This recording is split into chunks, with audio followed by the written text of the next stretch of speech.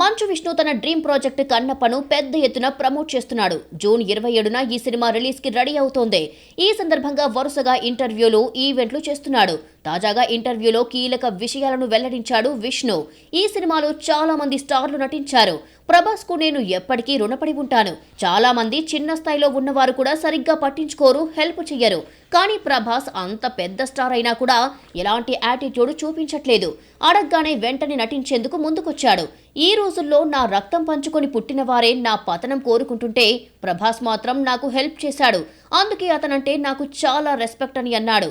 అలాగే ప్రభాస్తో నాకు చాలా మంచి స్నేహబంధం ఉంది. ప్రభాస్ తను ఎంత పెద్ద స్టారో గుర్తించడు, ఎవరి గురించి పట్టించుకోడు. తన ప్రపంచంలో సంతోషంగా ఉంటాడు. కెరియర్ మొదటి నుంచి ఇప్పటి వరకు ఎలాంటి మార్పు లేదు అని విష్ణు అన్నాడు. ఇక మోహన్ లాల్, కాజల్, అక్షయ్ కుమార్ కూడా నా కోసం నటించారు. వారిని ఎప్పటికీ గుర్తు పెట్టుకుంటాను. మూవీ కోసం చాలా మంది కష్టపడ్డారు. వారందరూ చాలా హార్డ్ వర్క్ చేశారు.